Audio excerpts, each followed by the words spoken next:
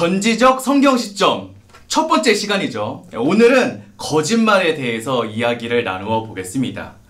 우리가 신앙생활을 하다 보면 이 사소한 의문점이 생길 때가 있어요.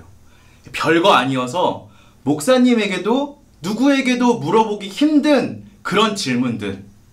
특별히 거짓말도 그런 궁금증이 생기긴 하죠.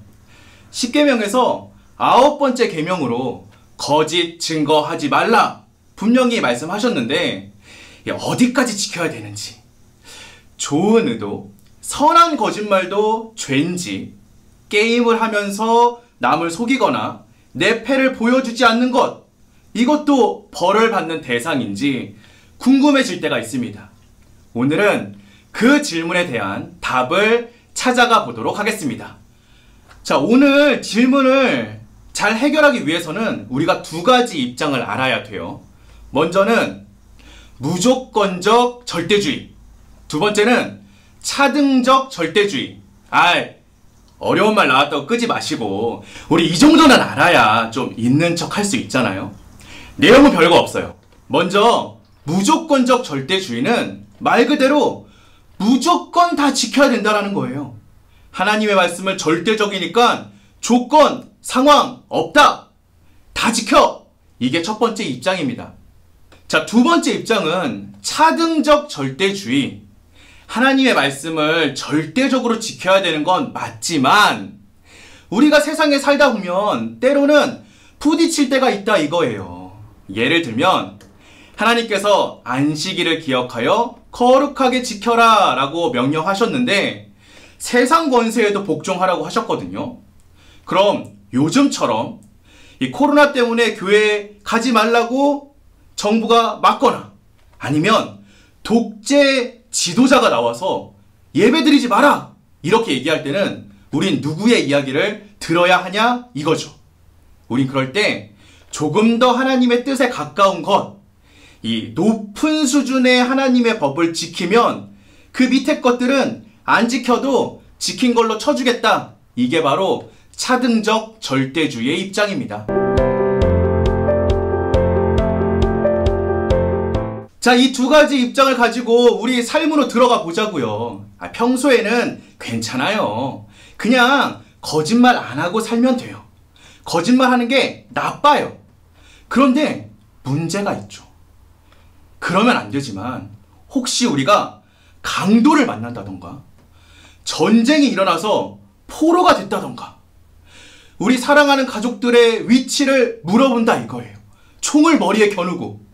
그럼 거짓말하지 말아야 되니까 어디 있는지 다 얘기해 줘야 될까요? 아니면 우리 사랑하는 가족들의 목숨을 위해서 거짓말을 하는 게 더 좋을까요? 우리는 이럴 때 어떻게 선택해야 되나요? 그래서 우리의 신앙의 선배들은 진실을 알 자격이 있고 진실을 알기를 원하는 사람들을 속이는 게 거짓말이라고 단서를 덧붙이죠. 진실을 알 자격이 없는 이 적군들, 혹은 정말로 진실을 말할 거라고 믿지 않는 게임의 상대들에게는 거짓말을 해도 그건 거짓말로 치지 않는다라는 거예요. 그리고 무엇보다 우리에게는 정말 중요한 법이 하나 있죠. 그게 뭐냐면 사랑의 법이에요. 사랑하는 가족들의 목숨을 위해서 우리가 거짓말을 한다는 것, 이것이 과연 하나님이 기뻐하시는 일일지 아니면 싫어하시는 일일지 우리는 다시 한번 고민해 봐야 된다는 거죠. 물론 무조건적 절대주의자들은 그래도 거짓말하면 안 된다라고 이야기하기도 하죠. 그럴 때 우리는 정말로 하나님께서 우리에게 구계명을 주신 이유를 알아야 되겠죠. 하나님이 우리에게 구계명을 통하여서 정말로 말씀하고 계시는 건 정직과 진실이에요. 우리의 마음에서 우러나오는 정직함, 진실함. 하나님이 진실하시니까 우리도 진실해야 된다.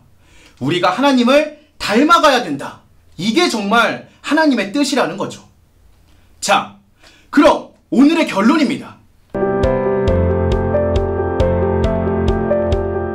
거짓말 어디까지 허용될까요?